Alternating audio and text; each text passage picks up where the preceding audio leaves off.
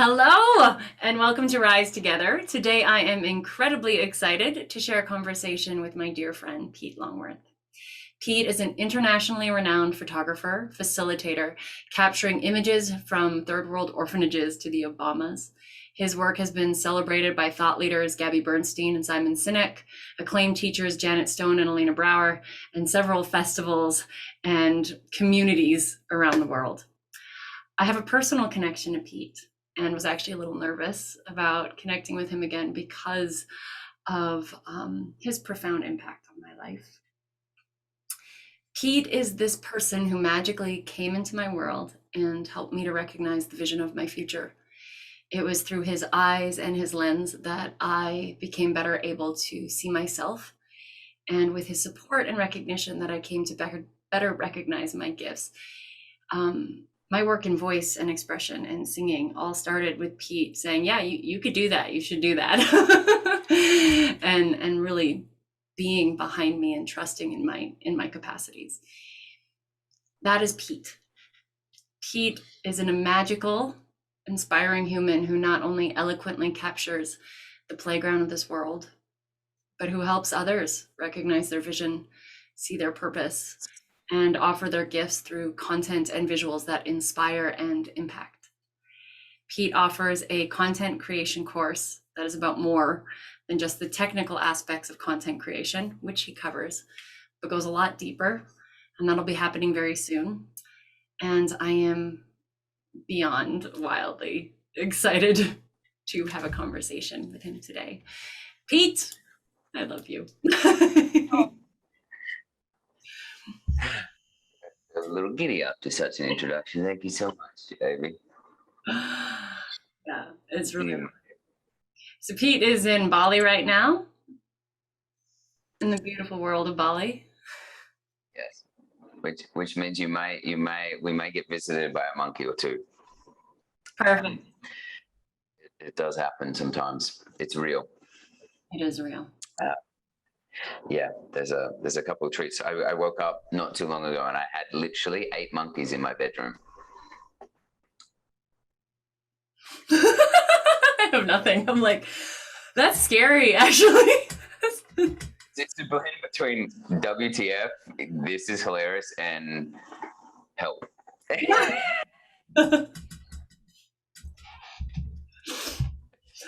Yeah. Tropical place. And you're in -30, so we all have unique problems to navigate. Yeah, mine is I don't leave the house and nothing's out there or surviving out there. So yeah. Pete, I'd love to start maybe if you wouldn't mind just sharing a little bit about your journey and about what brought you to doing the work that you're doing right now, because I know there's been a few things that have happened. Maybe what I can do is kind of go from COVID forward, because that's been an interesting twist. I feel like many people, COVID brought a lot of very interesting opportunities. And for me, pre-COVID, I was working for a gentleman called Simon Sinek, and I was doing a lot of work with speakers and authors, and I was creating content. And it honestly, I mean, it was super cool. I was in an airport once or twice a week, and I was getting flown everywhere from Dallas to Denmark and off, San Francisco to Singapore to shoot the Obamas. And it was super exciting. I mean, I'd sort of, after a long, I'd earned the right to get to that place, and I was at the top of the pops, as I would put it, in that field. And it was March 2020, and in 3 weeks, my entire 2020 calendar got evaporated, and then ultimately that entire industry got eradicated for definitely the interim. And so I found myself zeroed in a lot of ways. And at first it was a real gift, because I had been going so hard for so long that I was like, oh wow, I got to rest, and I got to taste myself, my relationship, without the phonetic, I'm going here, I'm doing this, and all of the identity that came with that. And that was a gift, like because I wouldn't have stopped otherwise. I'd been, as you know, I've been on the road prior to COVID for 10 years. Literally, I hadn't spent longer than 3 months under the same roof in 10 years. I'd been traveling all over the place with work. And so I got to meet a lot of things inside of myself. I got to meet a lot of things in my relationship. And it was humbling, to be honest. I mean, it was super humbling. And then like, okay, this isn't going to change. So I got the opportunity to what I call reinvent myself. And so I'm like, okay, so I've spent all of this time catching fish for people, doing all the fishing. And now it's like, okay, well, I can teach people to fish. I've been teaching a certain style of photography for a long time in a very small slice. And now, okay, I'll take this online. And so last year I got to go back to kindergarten and learn how to do online courses, which I'd never done. And to be honest, I had a little bit of a judgment around all things Zoom, and I was so bespoke and like really like the one-to-one, that this idea of like getting into a digital Zoom room, where's the connection, all of these things. And so I kind of came in preloaded with some judgment around it, and a couple of really amazing things happened. One is I learned a lot of lessons because I made some superb mistakes, and I had no idea what I was doing. And it was, you know, it is a humbling thing to go from top of the pops to kindergarten in the space of a year. And so I'm really grateful for the humbling that gave me. And what I realized in that is that you don't need to be on a stage to bring a meaningful message forward. You know, and I'd spent all this time with these really powerful characters that do all these epic deliveries to thousands of people, and really realizing the power that we have, unprecedented, to be able to communicate something meaningful. And I mean, you can be in a bathtub with an iPhone these days, and you can get more traction than a $250,000 production.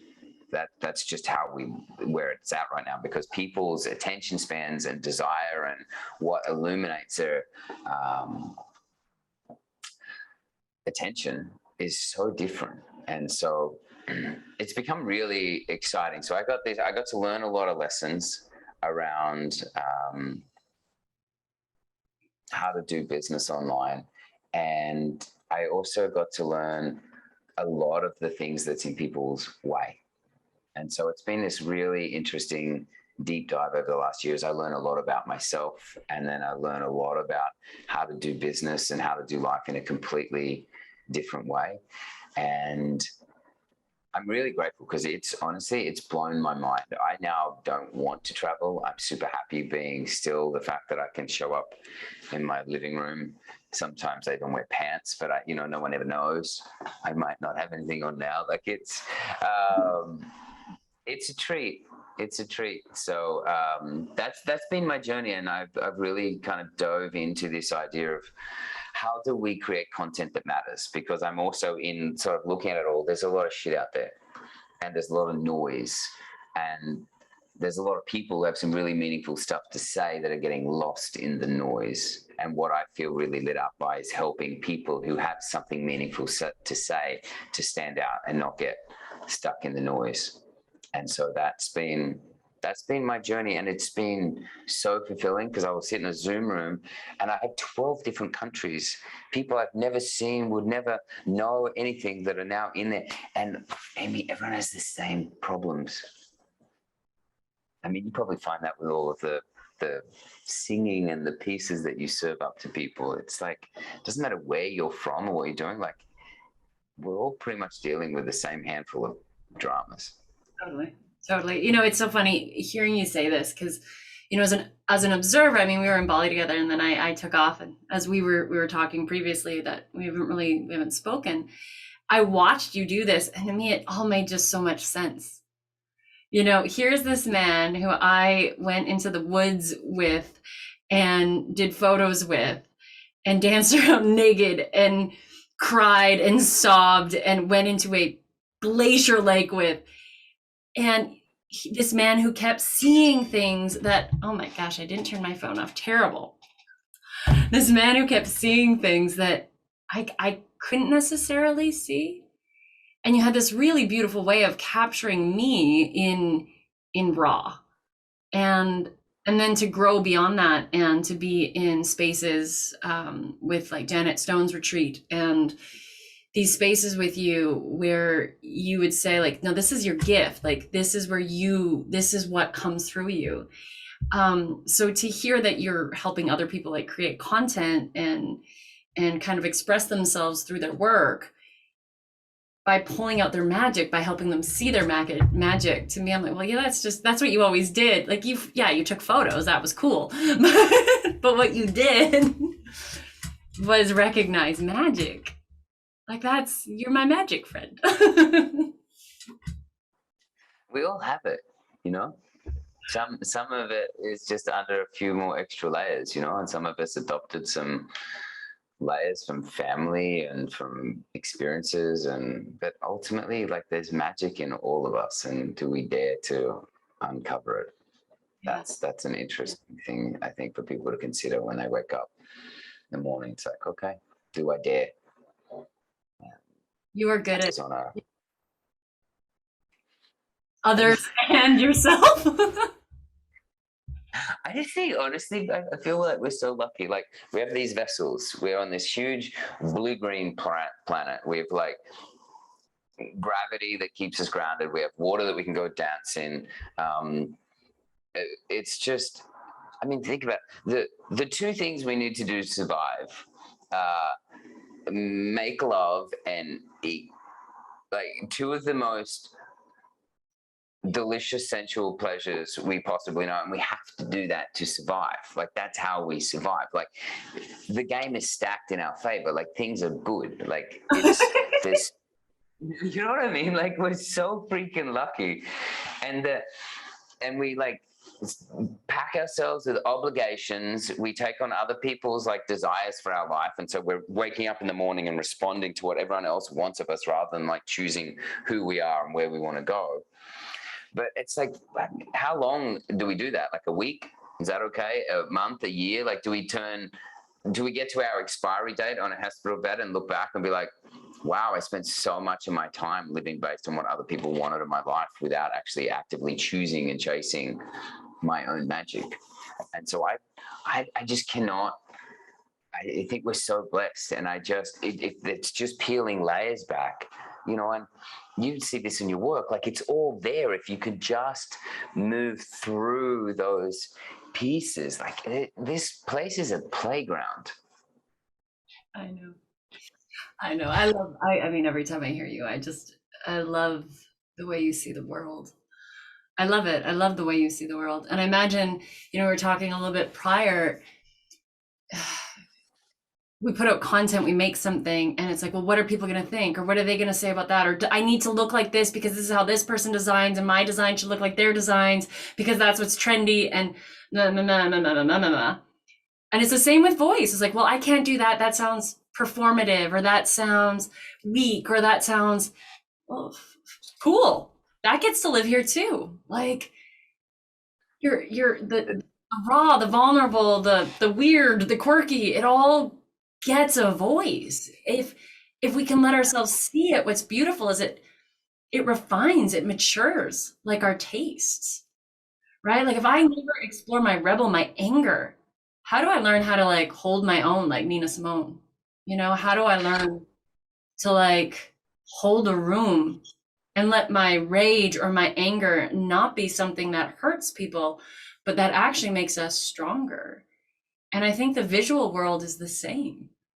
How do I let that part of me be seen and evolve in front of my own eyes so that I can let the world see what's possible?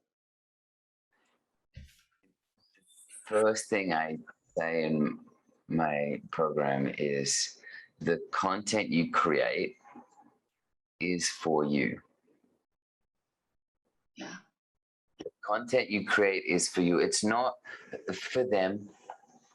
And please, sweet baby Jesus, don't make it for some algorithm. Like if you're trying to appease some algorithm, like this is what you're, if you've spent like hours like on a post and you're like, oh, and all the second guessing and the procrastination, and you're like, oh, it started in this place where it felt so meaningful. And then by the time I turned the camera on and did this and tried to figure out where I was going to stand and what I was going to say at the light and all of these filters, and I got to put it forward and the filter and all of that. And it's like, by the time it gets to the end, you're like, wow, you've become so disillusioned in your own process because everything is based on what you think externally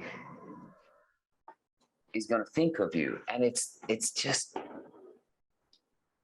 you're on a one-way street to Struggleville if that's what you're doing, And so if we are creating content that is for us, if you are singing for you and you can appreciate the beauty and be with your own journey, so much gets to open up. But if we're living in this little echo chamber of our own judgments or our own perceptions of how other people may perceive us, it's going to be a little tricky, Yeah, absolutely. Well, and I love, when you said you create for yourself or you sing for yourself. And I think, at least for me, why do I do this work? Because I've struggled to speak up and to say what I needed in certain situations because I got scared, because I second guess. All of those things is why I'm doing this. So when I go back in, if I'm singing or I'm teaching to a version of me, to a place in me, to a space in me.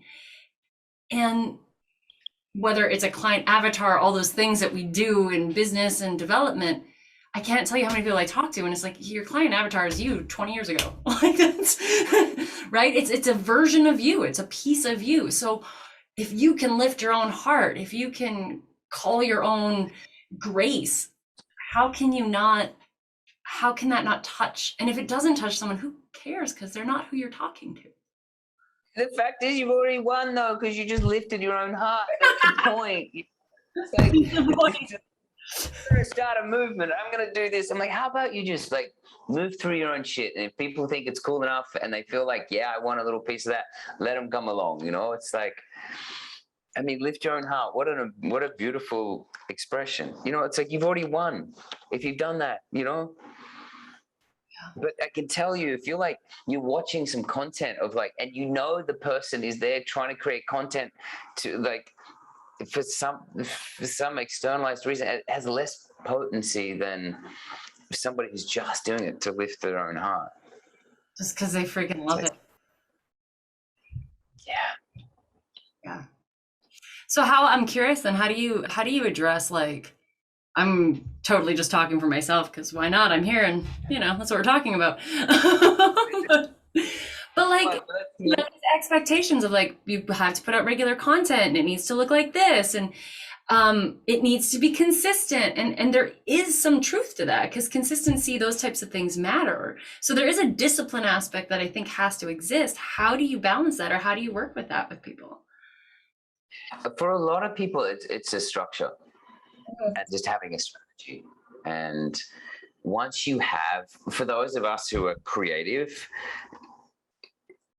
the biggest problem I always had in school in my art project is what my project was going to be. Once I decided what the project was going to be, I could actually create it. But I would like have 8 weeks to create it, and I'd spend 6 weeks umming and ahhing around what I was actually going to do.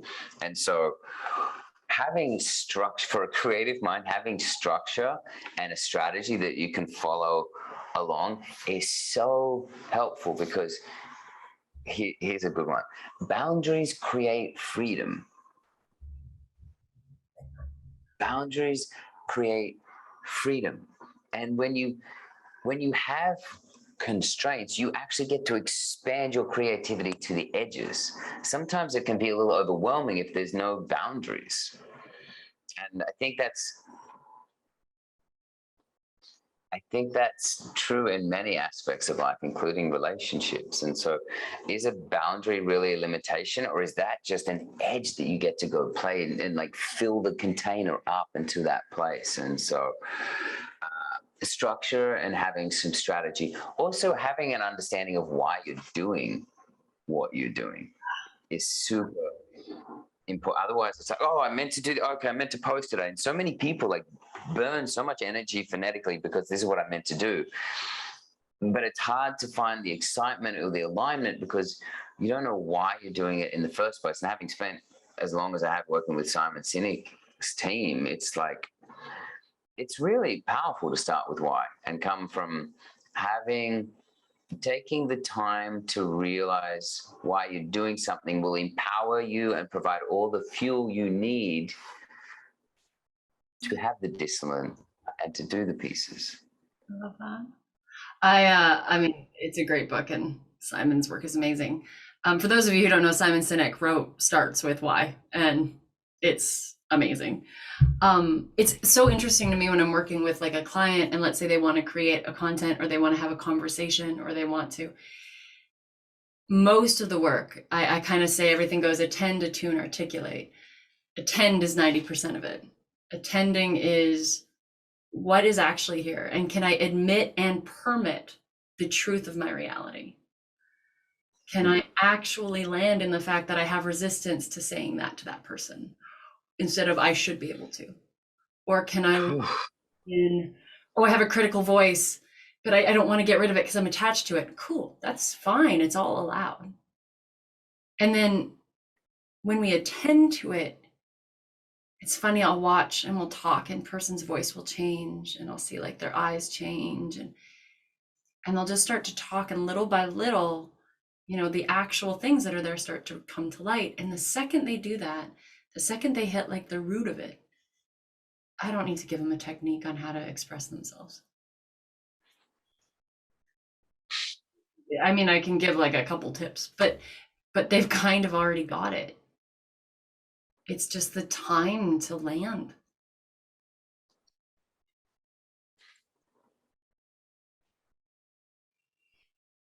Okay, I just got a lot from that. Thank you.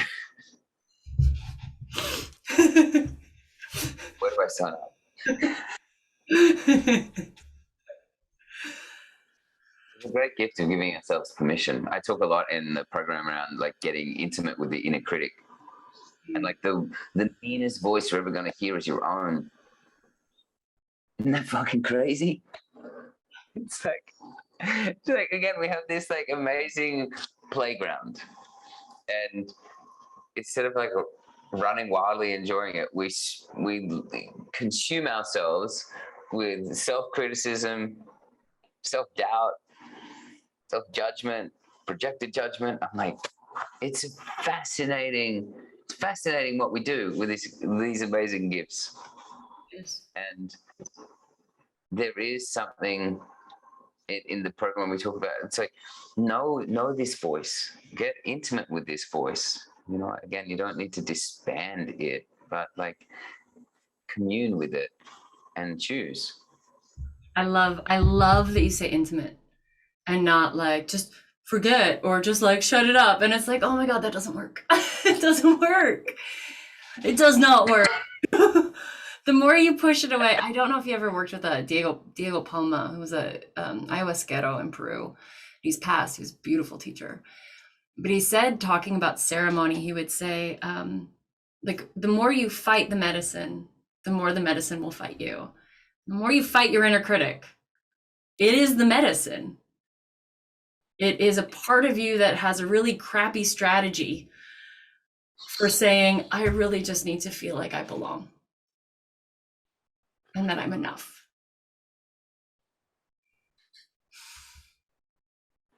Crappy strategy. It just doesn't have a good strategy. It's like it's doing its best, and that's just how it comes out. Oh.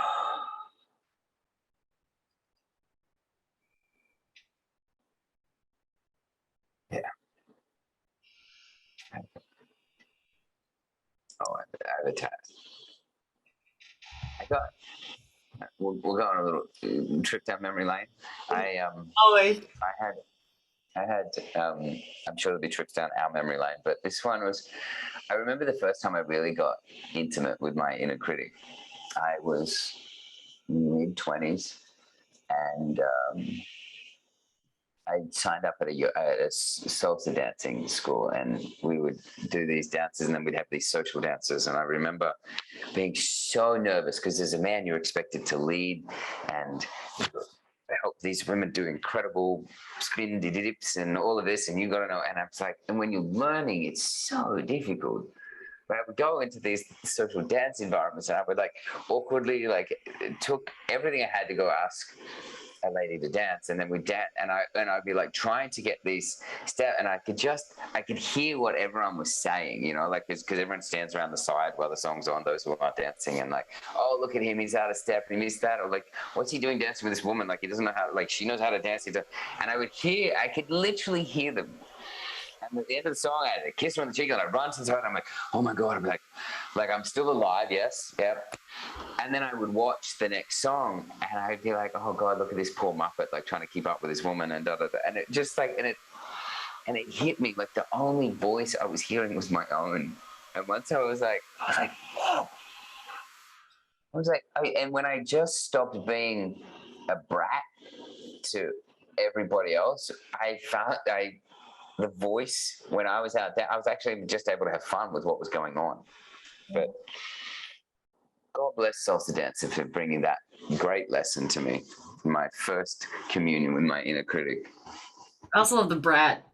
Like, it's just a brat. You're just being a brat. Total brat. Total brat. Don't be a brat.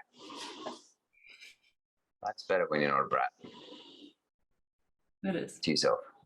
It is much, much, much better. I mean, and knowing how to like hit it and not, you know, I remember I had a situation not long ago, and I dealt with something and I'd done something, and I was overconfident, I think is probably it. Like, I was probably even a little arrogant. And I had this client, and I had like this idea of how it was going to go, and how it was going to help. And we had our first session, and it didn't go that way. And I kind of walked away, and I was like, like that was a little arrogant, and that was a little naive. And it didn't come with any sharp pain. It was like, like I was a little overconfident. I overextended. I actually didn't understand. There was a bit of my arrogance in there. And I remember in that moment, there was a bit of like that kind of ache of humility, you know, that like the pain, it's like a pain, but it's like also good because you're like, I'm learning something. And it had that, but it didn't have any shame. And it didn't have any fighting, like I should have been better and you should have been. It didn't have that. And I remember at the time thinking, like, this is so sweet to be able to just recognize that I was a little out there, that there was somewhere to learn, and to not then suffer and be punished by this part of myself who doesn't want to see that there's just something to learn. And it's such a weird thing to like go, you know, in that moment I recognized I was being arrogant, and it's not like I'm like, I'm proud of that, but it's like, I'm so glad I was able to do that.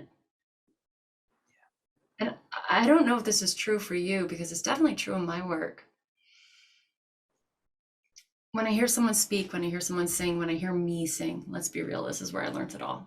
Recording my own music, or recording, you know, lessons with people, and I could hear myself posturing. I could hear myself being insecure. I could hear myself when I'm trying to be something. I can hear it. And being able to do that, because it's not a bad thing, we all do it to some extent, but being able to actually listen and witness myself in that, and to learn to be okay with it, actually allowed me to hear and sense when I was landed. And I feel like content is similar. When you see that you do something and you can reflect on it and go, well, why doesn't that feel comfortable? Well, maybe it's because that was never for me in the first place. Maybe it's because that was for all these other things. And so I feel so disenchanted. Yeah. Yeah. Oftentimes we keep pushing. And this idea of, can we free ourselves from the tyranny of what we're meant to do in the world of I mean, we talk about social, a big piece is like, well, is that even what's truest for you? You know, for a big mind bender for it's like email, maybe like a newsletter, like a consistent newsletter. I is a big piece of what we speak about in this program, because first it's like understand the vision, understand the intentions and your motivation, like the who, the why, before anything else. And then work on a website and a place that's your home, that feels like you, where you can ground in to who you are. This is the flag on the moon of who I am. And then you take the vision and your home base, and then you start to introduce social. But understanding the terrain of social is an opportunity to bring people back into your ecosystem. Because wherever you're spending all your time and effort decorating in a home that's not actually yours, I mean, a lot of people who've been in this game and maybe on Instagram have been through that dance when the algorithm switched and all of a sudden you went from getting 500 likes to 80. And you're like, yeah. That was a butt kicker. It's like, oh, and there's diddly squat you can do about it. And so, and bubble burst, it's going to continue to happen like that. Yeah. And there's a lot coming down the channel. And so for me, people having a broader context on how they bring themselves forward, on how they provide an experience for people outside of like, can I get my reel done and get stories up? It's like, it's an opportunity, an epic opportunity to be able to reach lives and people that you wouldn't otherwise, and understand the game you're playing.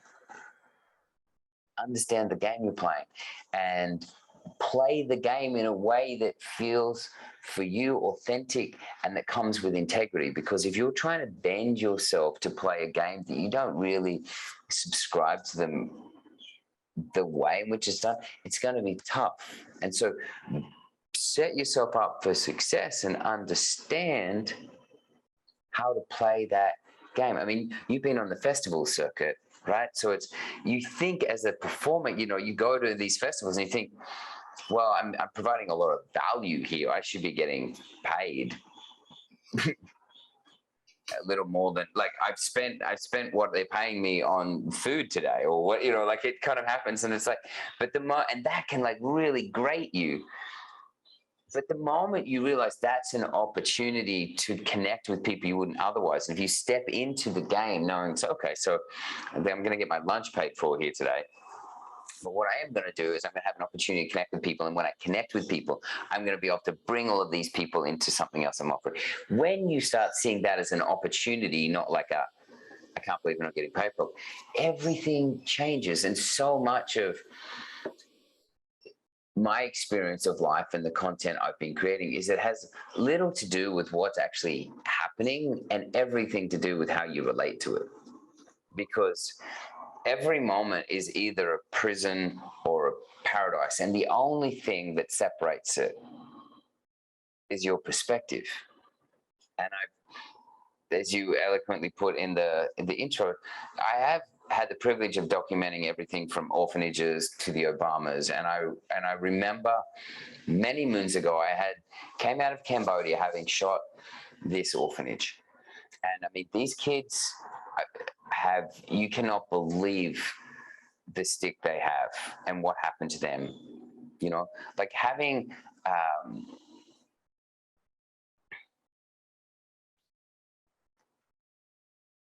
I met 13-year-old girls who had contracted very nasty viruses because their uncles did some very nasty things to them. And I witnessed such joy in the eyes of these young girls that blew my mind. 2 weeks later, I was in Mykonos. I'm on a private yacht with people who have like got, $50 blocks of cheese and all. And it's like, and the whole time, all the people on the boat we're talking about is the bigger boat over there. And I was like, and they felt trapped. And I'm like, here are these people that have everything that feel like they have nothing. And here's this girl who has nothing, who feels like she has everything because she just got given a box to play with. And it's like the only thing that separates is your perspective. And when you really anchor into how powerful your perspective is to guide your life, how you feel, how you relate, how you connect, how people receive you, like that's when you're offering people a perspective that means something to you that they can actually relate to in their own life. Now you're creating content that matters. I love this. I love this on like 8 different levels. I love this on so many levels. Yeah, it's like, how do you relate to yours? How do you relate to COVID? How do you relate to your situation? How do I relate to the fact that I'm now in kindergarten, right? How do I humble myself and take off that cloak of arrogance for the fact that I used to be on a plane every, week and put up in nice hotels and done all, and now I'm like, it's how do you relate to that? Who are you? I love that expression. We are who we are at our lowest. I love that. I love what you do. I love what you do on layers.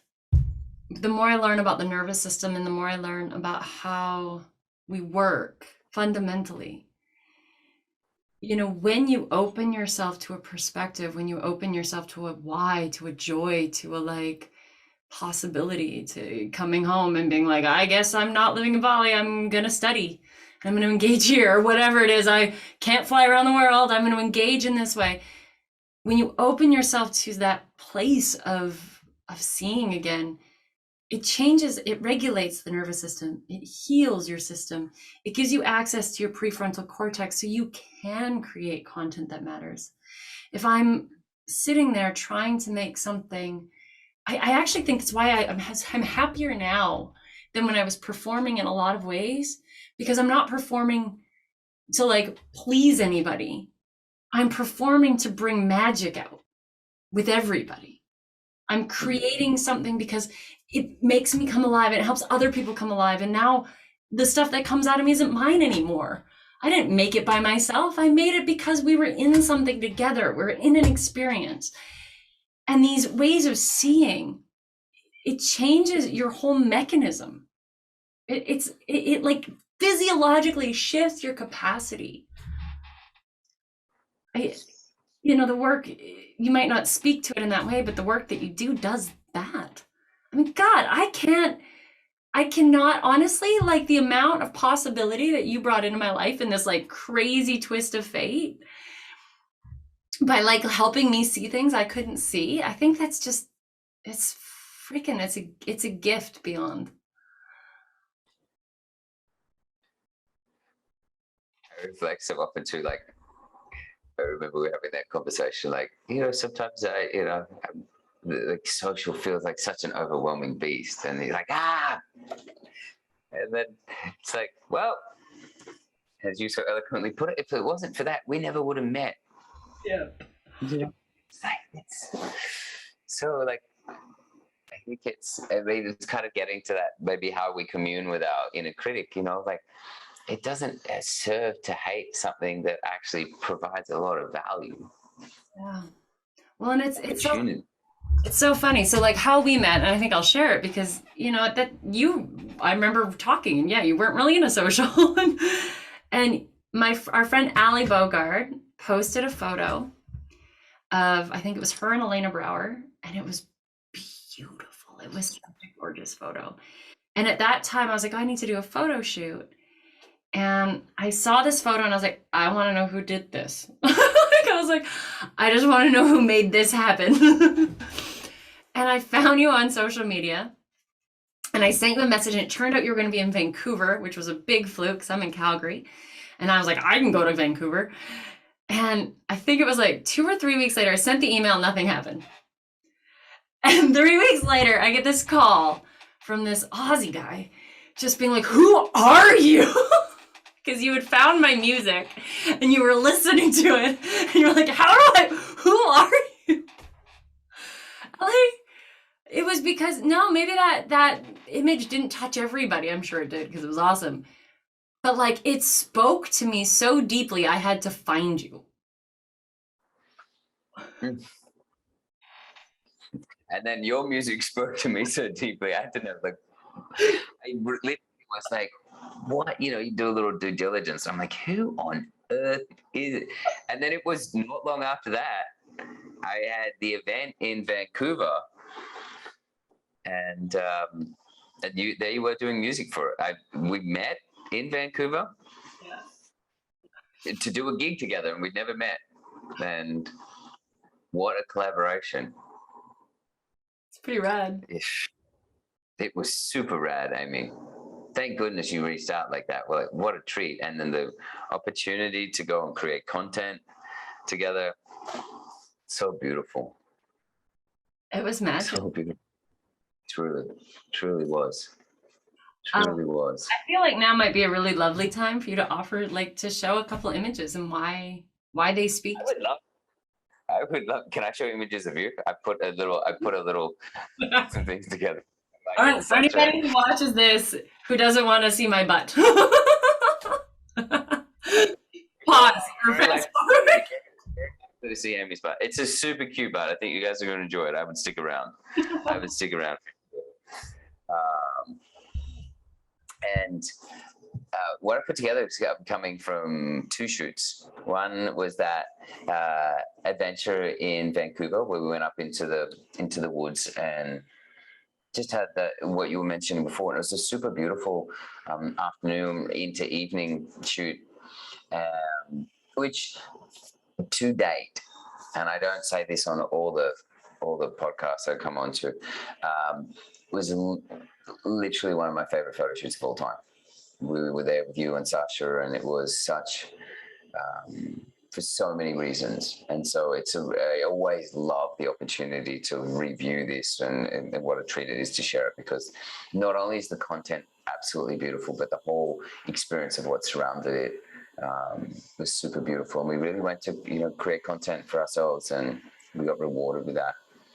And then the other piece is there's some stuff here from Bali as well, from one of the shoots, one or two of the shoots that we've done there. So I will very happily be showing it. And then after that, I have a little magic in the works that I might sprinkle in and share with you, because I've been working on a little production that nobody knows about yet. So I discovered parts of myself that I didn't, in that great pause of COVID. In having time and not being on planes, I discovered a lot about myself. One of those things was I really like to write poetry. And then I really discovered that your images and poetry go really well together. So your cheeks hurt. Smiling. We will circle back around on that. But let me do a little sharing of screen here, and let's see what gets to happen. And so this is just the simplest moments. I think what's cool, so people would know this, I was so sick this day. I was super sick. And so we have all these like really pensive, beautiful shots where I am so sick. It's like, oh, she's really in the moment. Like, no, she's trying not to vomit, Yeah, Polly belly. It was a moment. But I think that's also really interesting, is that it's like we were present. We were in it, and we were just present to it, and we were committed to, as you said, like having a structure and a strategy. We knew what we were doing, that it didn't get thrown out the window because, oh, well, now I'm sick, I can't do it. It's like, no, this might bring a different vision. This might bring a different voice. Nah, buddy. And then the thing I love, and you would have this with your work too, is like what in these spaces you get to explore, and what parts of people get to find themselves inside of these containers. And I love this these moments and the symmetry of this and the way that it encapsulates you is, oh, but I mean, come on, look at that thing.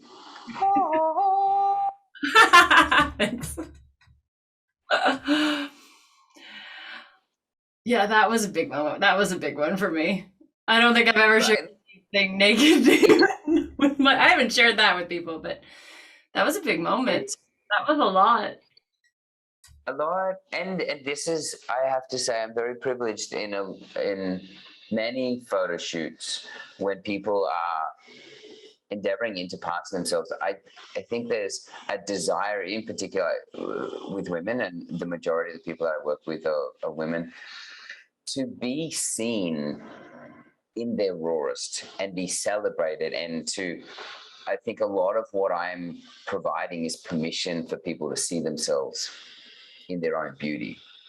And when somebody, because all of this is natural light, there's no gimmicks, there's no tricks, and just like moments when people are having moments with themselves, it's really just a big old permission slip to be like, hey, like, you're fucking beautiful. Like, look at it. Like, you can't deny this. Like, when you see these moments, like, you can't deny it. And that's what I love about what I get to do when I am working with photographs. Is I get to watch people's self-esteem shift right in front of me when they start to see their own beauty. And it's the gift of gifts. And I imagine you have this when you see somebody, like when you hear them crack through and their voice starts to emerge. It's like, it's the most addictive drug to watch somebody shift the way they feel about themselves for the better. It's like, oh my, 8 days a week, please. Watch them encounter a place within themselves that they thought was dangerous or unallowed, you know? Yeah. To go, it's allowed. It's allowed. Yeah. I mean, how often we're maybe told, with women, our sexuality, our bodies are, and this isn't about like porn or, and not that I have anything people do what they do, but it's not about exploiting, and it's not about that. It is really an encounter with yourself in a part of yourself that maybe you didn't even know was there, Yeah. which definitely was happening there. I mean, this should, in fact, I mean, talk about an encounter with yourself. I mean, you just see it. I mean, what an amazing to be able to capture it. It's thank you for this opportunity to actually even share these images and talk about it, because I get lost in this world and I love this so much, and it's actually quite a rare thing to share. It's so magical. I mean, I invite people as they're watching this to witness the feelings and the differences of what, like, who and where you are here and what's going on here, and the rawness of like the tears and the exploration and the empowerment. I mean, look at how beautiful this. I mean, somewhere around this post, can you please include the painting that gentleman did, or the drawing he did? Pencil drawing of this that is exactly this. Yeah, I will. I've posted it before, but I'll post it again. It's freaking Oh my amazing. God, guys, you cannot imagine. And then to have another artist take our art and turn it, I'm like, wow. Yeah. This was right after a very big cry. And then look who gets to emerge from that place. Boom. And you notice this in like the timbre of people's voices, but like there's a vulnerability and almost a fragility to this, and then boom, like it's so subtle what we get to witness. And sometimes the most beautiful composition is not the most obvious. Yeah. Often. That is ceremony. So beautiful. And it's a treat as a content creator to evoke people into the most authentic version of themselves. I'm winning. I'm like, and then I'm just hanging out like with the true essence of somebody. And I can tell you that an interesting thing as a photographer in particular is so many people, when we talk about the posturing, are like they're super nervous or they're overconfident and they're like models and they've gotten a lot of reinforcement about this is how they act. The thing that is most sexy to me, Amy, is authenticity. And so for most people, because most people I work with are not models. I had my dance back yonder with all the fashion and the likes and all of that world of editorial. And the thing is that it's not authentic. And they've learned how to do something certain way, but you have to disarm them into a place where they can get to a level of authenticity, right? So there's this whole journey in like, okay, I get that that's, Instagrammable and all of this, but it's like the thing for me that's most beautiful is that authenticity. So this dance of like unbundling people who are confident in that space to get to a real version of themselves. 85. Yeah, sorry. 89% more of the people that I work with are not that. They're nervous. They're not comfortable in front of camera. They've never done this before or don't know. And it's like helping them get out of the nervousness and disarming them to just get to a version of themselves. And the gift for me is I get to witness somebody in their rawest, most authentic version. And that is a gift. And then I get to capture content and give it back to them as a piece of art. It's like winning. Good job. I had look at the freedom in you. Oh my God, I love these moments of just like playing in the woods. My God. My mentors back in the day, he said, Amy, you have a beautiful voice. He's like, you can make a phone book sound good. He's like, but sometimes pretty singers hide behind their voice. And I think that's true. And whatever voice it is, while I'm a teacher or I'm a therapist or I'm a singer or whatever it is, it becomes, I am this. And instead it's like, nah, you're still all of the things. You actually are still all of these things. You get to be all. And at the same time, and I think for a lot of women, it's like, oh, I'm this or I'm that, or I'm strong or I'm sweet, or I'm like, I'm dark or I'm delightful. I'm like, what if you're this and that? Because like the duality of in particular, women being soft and sweet and then also like strong and kick-ass is so sexy. This idea that you're one with bullshit, like give me range, please. And even like listen to voices. Like I think of like I want someone to be like and get into that voice, but then have like that like there's a play in it where like the innocence can come through and then the strength can come through and then it ends up being this really beautiful dance of these pieces of ourselves that are expressed. Yeah. But again, kind of what I said before, it's like you still have to let them evolve. Like that nervous person who comes to you and is like, well, not my body and I'm not beautiful. And I know that you've had that. And I think, of course they are.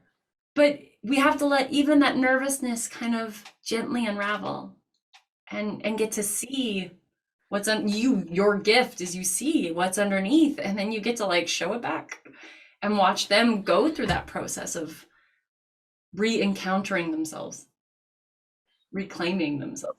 Re-encounter yourself. That's it. Great. I like that. Re-encounter yourself. I'm going to come back to, I'm going to flick through a couple of images and I'm going to rip off that re-encounter because that's actually, this I love because, then we had this whole scene in the dirt and the dark. Oh my God. And I love it. This is really fun. And this was all with iPhones and... Because all the lights had gone dead. Everything we had, we've been out for so long, all the batteries went dead and then that went dead and then it was like all of a sudden the iPhone went dead. One of the iPhones went dead, so we just like, it was kind of, we milked that day and that shoot for everything we possibly could until literally there was no light and it started to rain on us. And it started to rain after a long drought. in Vancouver. That was the first rain. And I was singing May I. And then it started to rain and we all had feelings. And we're laying like in a little bit of jungle, basically. We got trees and made a nest. Oh my god! I mean, it I think it's also important to say this. Like, Pete and I had met. This was us meeting. This was hard. But it was like there was you and I and Sasha Bahador. If you don't know Sasha, she's amazing. And that woman, please go know that woman. Go know that woman. And we all were just engaged in it, and we were engaged in what was going to happen. And when things fell apart, I was like, let's just keep doing this. When the water is really cold, let's just keep going. Like, what it was called. Just say yes. And I think it was also like we were all really safe with each other, right? Like nobody was judging.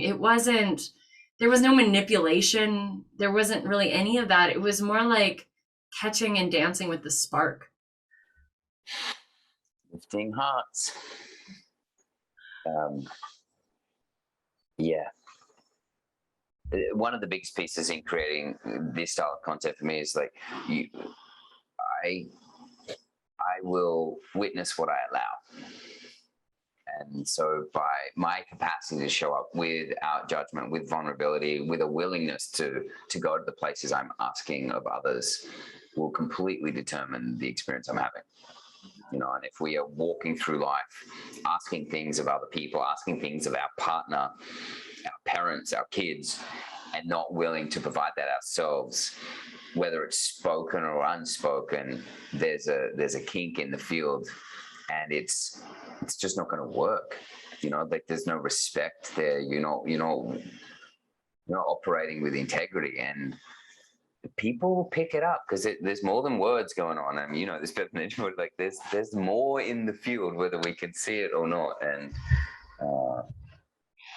it was a beautiful reflection that day of what we all allowed and co-created, and it was super beautiful, and again, truly one of thousands of photo shoots, one of my favorites for sure. It's funny. I want to mention it because it comes up a lot with my work, and I've spent a lot of time in my voice, and I can call myself out pretty well, and not all the time, and I make mistakes, and I'm humbled, and I really never want to hide that from people in my work, because when it comes to our voice or understanding, I don't want to teach, I don't want to guide, I don't want to work with somebody who has no cracks.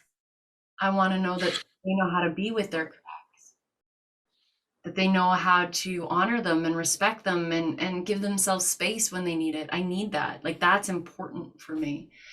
And, even like you showing those photos, I'm like, oh, wow, I'm vulnerable and I'm a bit nervous, and that's coming up. And I'm like, yeah, and then that's okay. I get to be all of those things and be seen, because being seen is so uncomfortable. And yet we want it so badly. It's the great catch, right? Oh, I don't want to engage with social, but I really would like to be seen. Or I don't even like, I want my partner to see me. Oh, but I don't want them to see that I'm nervous and not sure and confused. But that's you. And your content, God, show me a post where it's like, I am not sure what the hell is going on, but I'm here. Yeah. And that's what's real for me. And so I'm sharing it because that matters to me. When I used to train teachers, yoga teachers, I called it this phase. There's this phase that happens. It happened for me, like the overshare phase, where people get too personal and maybe too much about me, which isn't how you're supposed to teach. And I remember talking to another teacher, another facilitator at the time, and saying, that's great that that's happening. Like, I know you think this is bad, but I'm like, that's the beginning of learning how to share vulnerability with grace. That's the beginning. We need to be able to do it imperfectly. We need to be sometimes attention getting or whatever it is, or like a little too much about me, because it's like a child going through like being a teenager and learning how to emerge. It's not gonna be super mature and clear right away. And and just being with it and attending to it, it's going to find its way. Like, we are infinitely, wildly intelligent beings, not from our head and how we think. Yes, that exists, but our system is there seeking harmony. It's seeking growth and regulation. So why wouldn't our ability to be with that and allow it to emerge? That is how it evolves. That's how it matures. Iterations. Let your life be a series of iterations. Any perfectionists out there?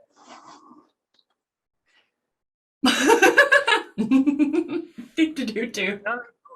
Right? When you're just allowing it to be an iteration. Okay, this is an iteration of this, and there's the next iteration of that. And I don't know, it seems to be a theme here. Stop giving yourself such a hard time. I can't tell you how many songs I would write that would be like, and then I'd get one that it all made sense. And it's like, I didn't get that all those other shitty songs were gonna help this song. Yeah. Yeah, indeed. I could talk for hours, and I might, but I would love to be mindful of time. I'd love if you wouldn't mind sharing just a little bit about your course that's coming up. Sure. I'm excited to share. Remember I mentioned that thing that I was going to do? Yeah, please do the thing. Sorry. Yes. I can do that afterwards. I'll do the course thing, and then we can finish up on that because it's a bit of a surprise piece. Okay. Any order you like. Okay. So I'm very pleased to announce the rollout of the Create Content That Matters program. This is, I don't know, I learned a lot last year, as I said, and now what I realized is that it's a holistic approach to creating content that matters. And so as we went through a little bit earlier, it's like, this is an A to Z program on creating engaging content that feels authentic, that's done with integrity. And it involves everything from writing to photography, how to create videos. We provide so much information about tools, platforms, insights, perspective shift. Because you can run 50 meters down this dark hallway just to realize that you only need to take 2 steps in that direction. And so it's 18 years of my industry experience across content creation, marketing, photography, advertising, and bundled into like a plethora of amazing modules. And ultimately, if you are sitting there and you know that you have a meaningful message that you want to bring forward, but you find yourself maybe caught in self-doubt, maybe procrastination, maybe it's just like a judgment about all these things. It's like, I get it. This is a place, a safe place to come and practice and play and understand. Like, trust me, how you will feel about yourself and what you are bringing to the world when you take the time to get clear and understand the why. And when you have a structure and an actual strategy to follow, all of those, the volume of that self-doubt and inner critic goes right down. And then the volume of the creation and the play gets to get turned up.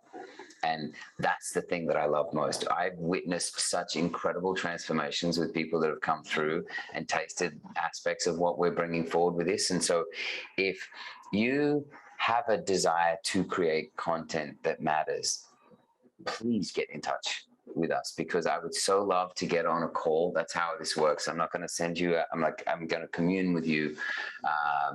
It's a bespoke, it's a offering, it's a beautiful expression of everything that I am and everything that I've learned. It's a hand-in-hand journey, and it is the place to come if you want to create content that matters. There's lots of places where you can learn how to create pretty moments and content and photos. It's like, this is a holistic approach where you get to move the needle from feeling restricted, contracted, frustrated, judged, angry, into a place where you actually are just feeling expressed, lit up, excited, and you will be coming from a place that is so you. And we've spent this whole talk around this, that is just free of all the bullshit. And I just think we deserve that. And it's not that hard. There's like some really simple, actionable things that you can immediately put into play that will shift the whole dynamic. And so I'm really privileged for the opportunity to share this, and I'd be so delighted to speak to anybody else that wants to hear about it. I love it, and if nothing else, we'll have a jolly old chinwag. And Amy, it's such a treat. It's such a treat to get on here and gaggle with you, because I love you. I'm so sad we missed each other by such a slice. I know. It's such a pleasure. Always, always, always. And of course, I'm going to share Pete's information so you can check in. And heck, if you were like, oh, that Aussie guy, I don't remember, I think it was Amy, just message me and I'll send you to him. Like, it's fine. Like, we will make it happen. Anything that I can do to let his magic touch and inspire others. So thank you. Thank you, thank you, thank you. Did you want to share the other thing that you wanted to share? You what was it? You said re-encounter yourself. Re-encounter yourself. As I mentioned, many wonderful things. I found many wonderful things happen when I take the time to be more still. And so I'm so grateful for the great pause and everything that it brought. And one of those things was that I actually discovered I really like to write like short form poetry, just little pieces. And so I just had these books that I would just scribble in. And then I realized I'd amassed this amazing like book and a half's worth of poetry. And I was like, oh, I always thought, the first book I'd ever do would be this epic picture book. And I'm like, wow, I'm actually feeling more, it might be poetry. And then I was like, wow, I can take these little nuggets of poetry, put them with my pictures. And so I've been on this jolly jam-packed adventure of taking hundreds of thousands of images and being able to go through the poetry and find visuals that work for it, or vice versa, find a visual and then be inspired into poetry. So my whole creative process has been just off the chart. Funnily enough, so so what you're about to see, and no one's seen this, like this is literally a rummage book that sits on my bedside table, and it was one of those, I just got it printed where it was at.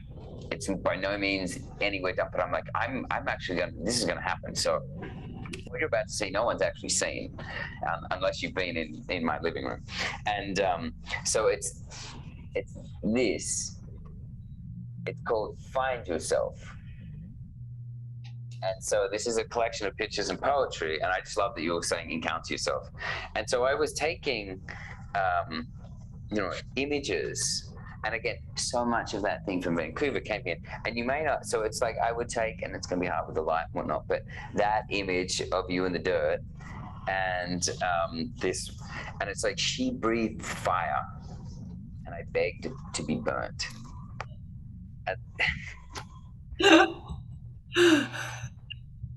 And then you remember this one that we, right? And I'm like, one day this will all be over, and when it is, you'll wish it wasn't. Just all of, and I'm just like you with this big old smile on your doll, just that, and the moment that we were having of you, and we had music, and you were just like dancing in the woods, so epic. Oh my God, that was so fun. Oh, this is here. I mean, this image is one of my favorites of all time, with you in the woods. And then there's one, I'll keep one more. But it's just like so many pages. It's like, in the corners of every day live both problems and poetry. Whichever you seek, you will find. It's like this, lose yourself inside yourself, and there you will find every treasure. I love this. So if anyone's interested to get on the pre-release book, I don't know when it will happen, but I don't know, send me a message. And and then when this comes to life, I'd be so happy to share it, because love, dear Amy, is like a Rubik's cube, full of color and totally confusing.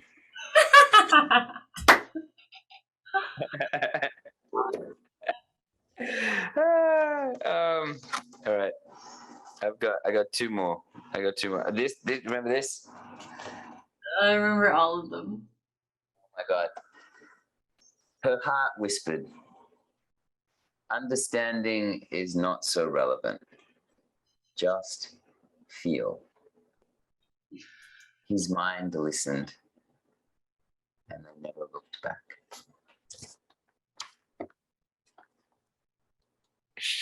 I'll give you one more and then I'll stop.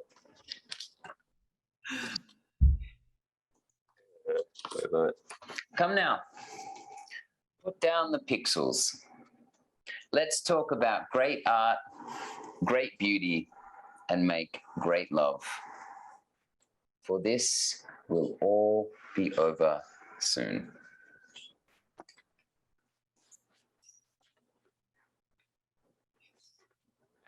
So good. I'm so excited for you. I'm so excited to see how you evolve, my friend. I get to be on this really interesting journey with you. It's a treat. It's a treat to walk with you, babe. Anyone out there who's watching this who's like somehow got to this part of the thing and doesn't really know who Amy is and what she does, for goodness sake, lean in. This woman is a feast. She took a fancy little couple lines and 3 chords on a ukulele and turned it into like the most amazing or inspiring tale of my life.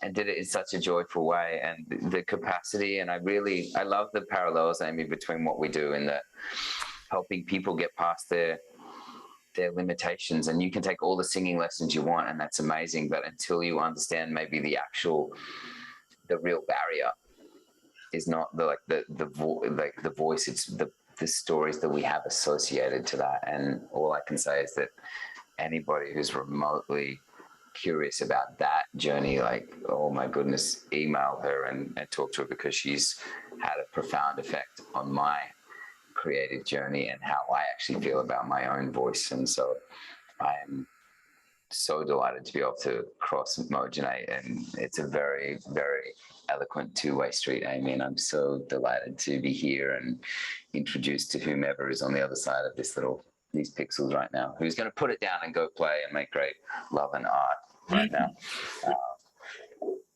But thank you, babe.